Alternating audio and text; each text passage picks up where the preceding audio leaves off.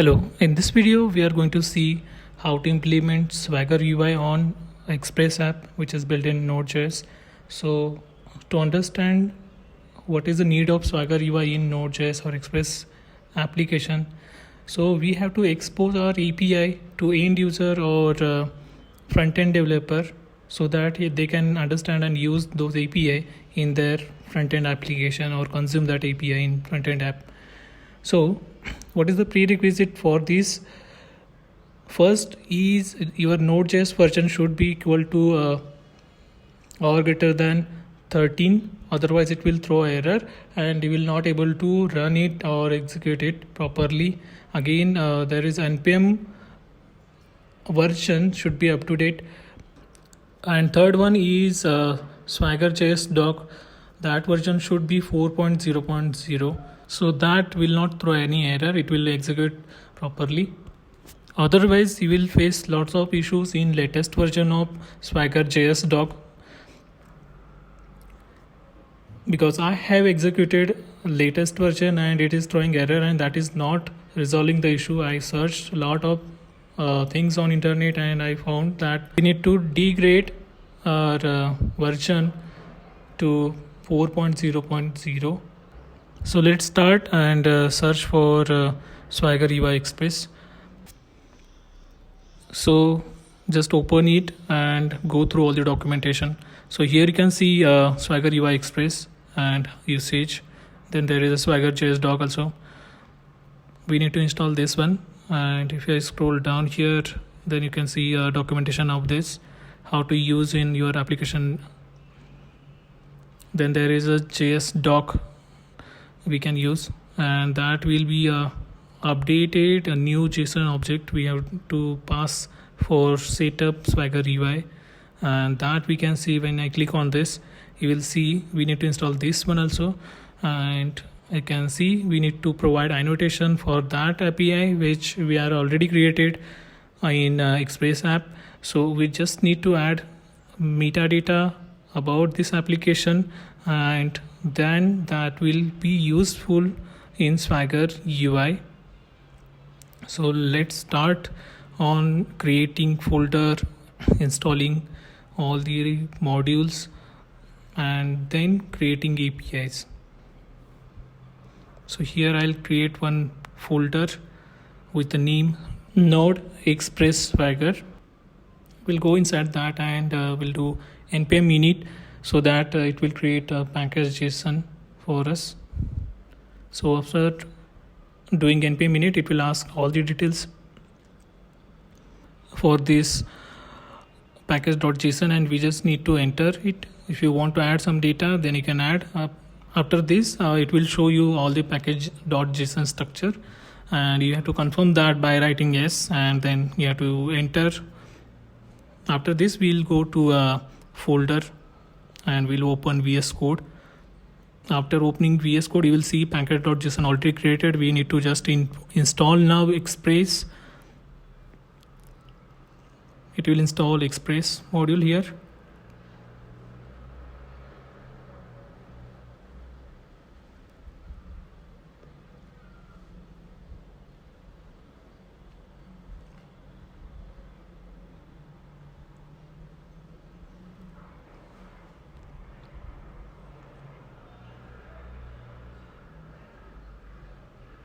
Okay, so after installing Node Express module, we need to install another Swagger UI Express that is required. Swagger UI Express, and after this we need one more, that is Swagger JS doc. So that I'll install.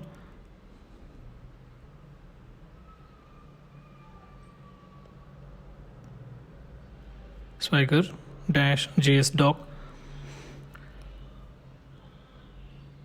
So these two modules are required when you are adding Swagger UI to your application. So either if it is already built, then also you can add Swagger to your application. It is installed. Now we need to change the version of JS doc. we need to set it to a 4.0.0 greater than that, so that it will use that particular version, because newer version or latest version is having issues and that will not work. So I'll do one updation on that, like by installing or by doing npm I, it will update that package which is already installed to the given version. So let's create index.js file here.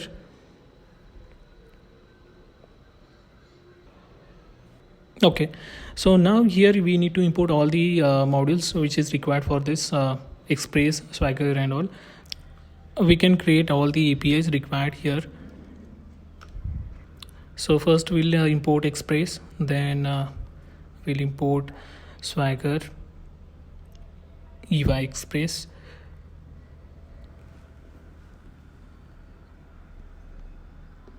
Then we'll import Swagger JS doc.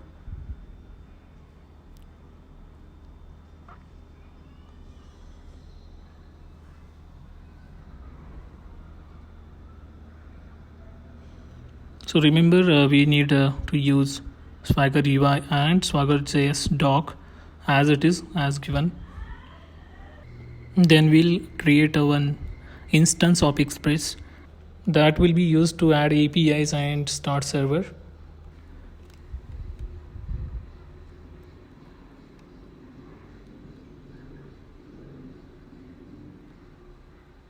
So here you can use app.listen port number, and then there is a callback function which will be execute once server is started. So we can print that server is started on that port. So after running, we can see that console log.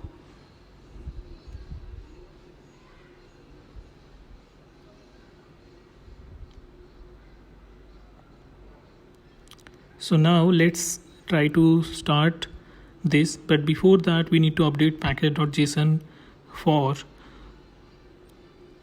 when we have used import. So we need to use type equal to module, so that there will not be any issue, because we have imported or we have used the import keyword in JS, so it is required. Again, to start we need to add command start equal to node index.js. So whenever we use npm start, it will start this application by using node index.js. So now we can start. You can see server started. Let's go to browser and check it is started. Now we can create a configuration object of Swagger EVA by creating one instance of Swagger JS doc.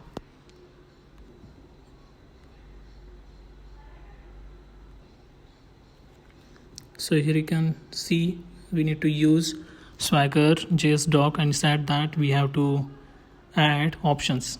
So for that I'll start with adding Swagger definition.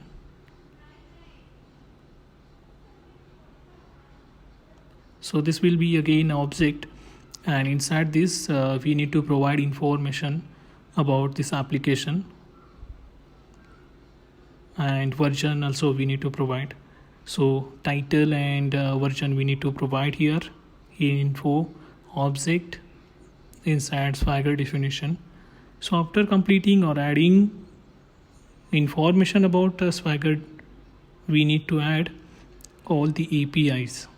So for that, here I need to add APIs that will be an array of all the JavaScript files or path of files.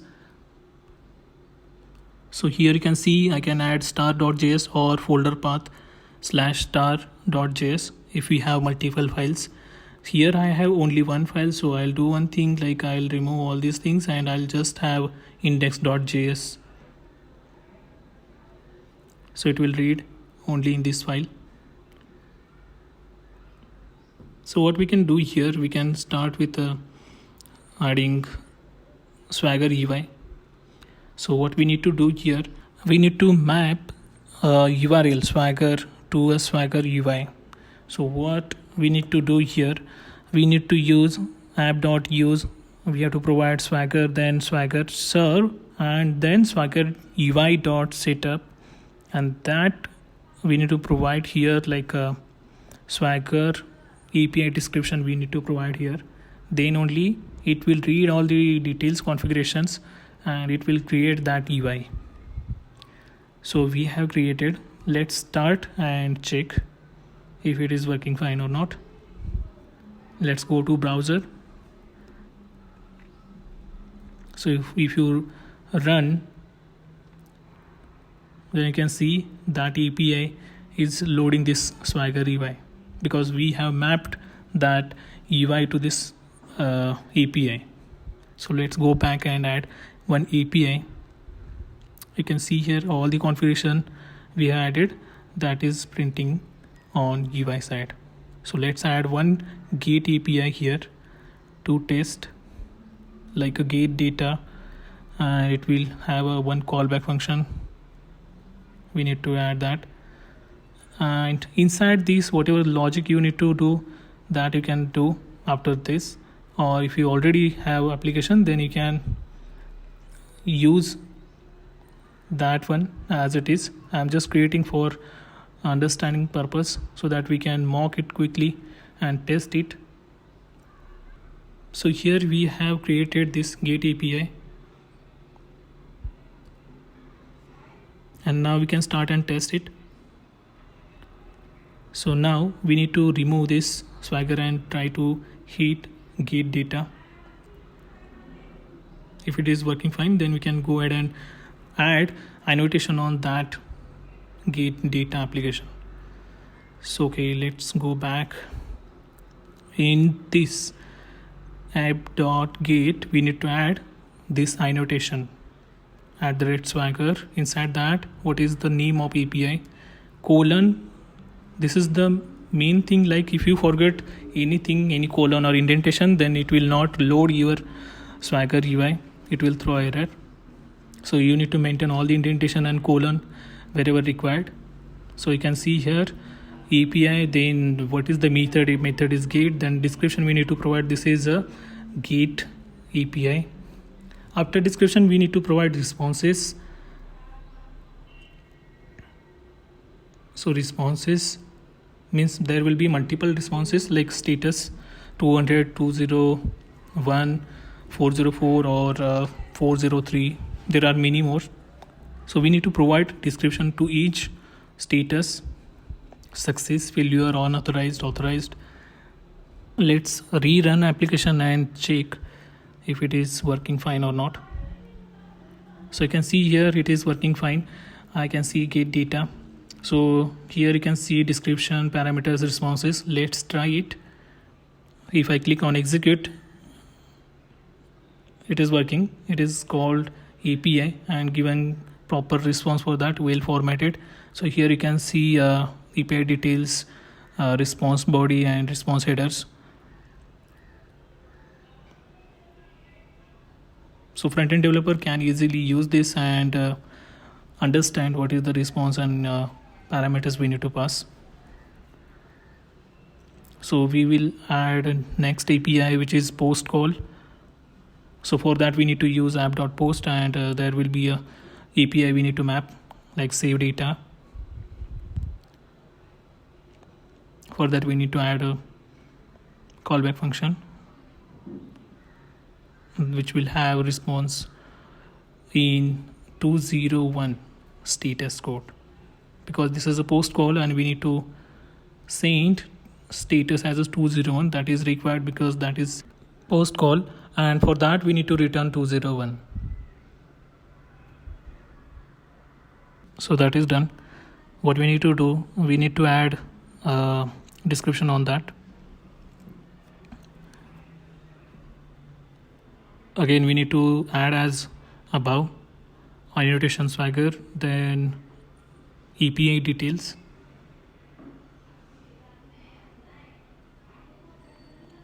save data, method is post, then description for that post call which will be available in Swagger UI.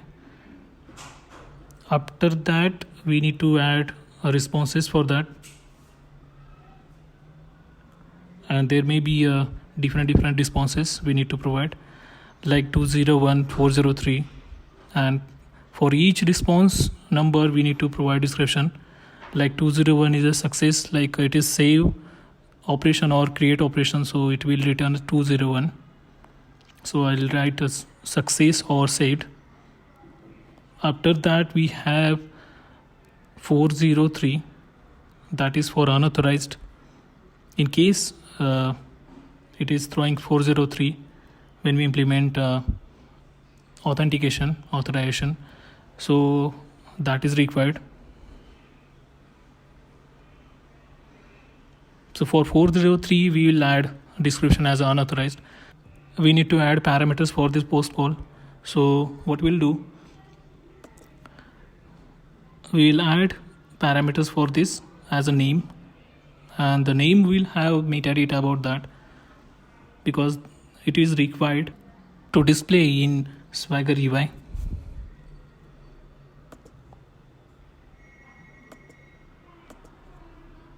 So name parameters start with a dash, and that name equal to title, then all the details. In means form data we need to provide, then description is required, all the parameters we have to set, then only it will execute as per the given data. So after this, we will save all the files and try to rerun the application.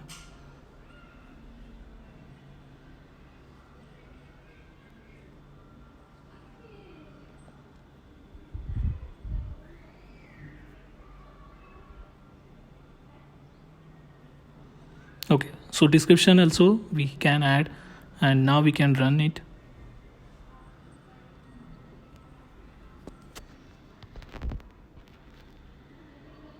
So now you can see all the details how we have added for post call. It is running. So now go to browser and check. If I reload, you can see save data API. We can see here. You can see description, parameters, and responses which we have added for 201 and 403 also can be visible here. Let's try it.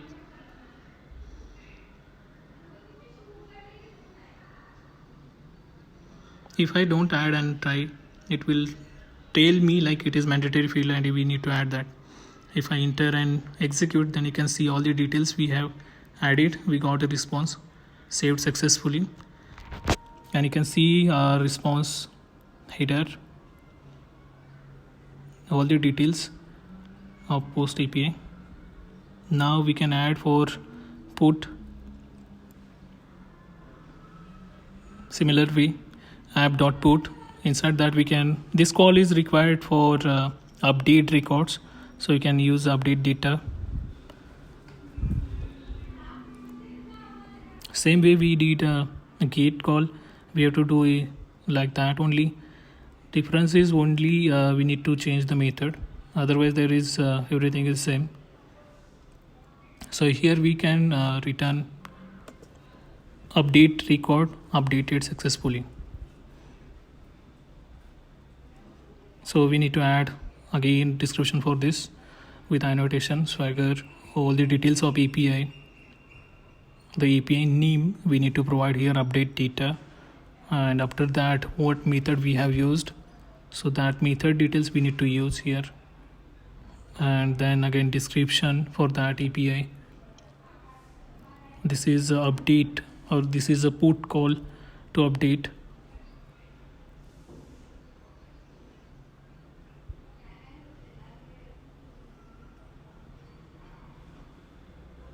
Again responses we need to add here.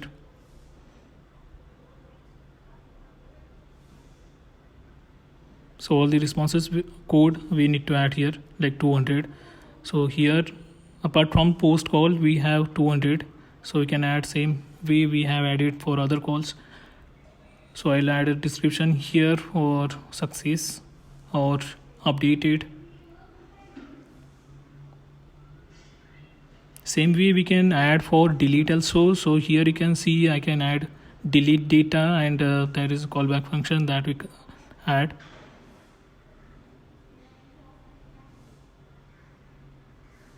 Same way we can add, and then we can say the response deleted successfully, so that will be visible when we execute the API.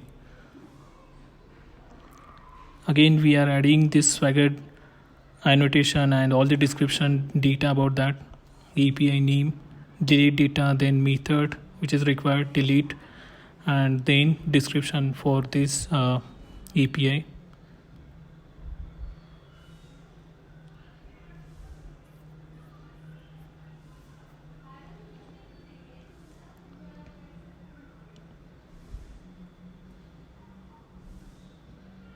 We need to add responses for this API details.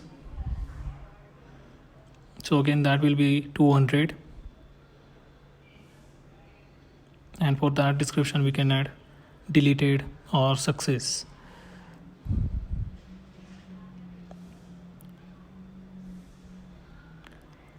So almost done. We need to verify once, and we can see all the files. And then we can stop and rerun again. Let's go to browser. Let's reload. You can see all the API are here in different color. You can see post put call with the description parameters. Let's try it. If I execute, you can see it is returning me updated successfully. Now go to delete it.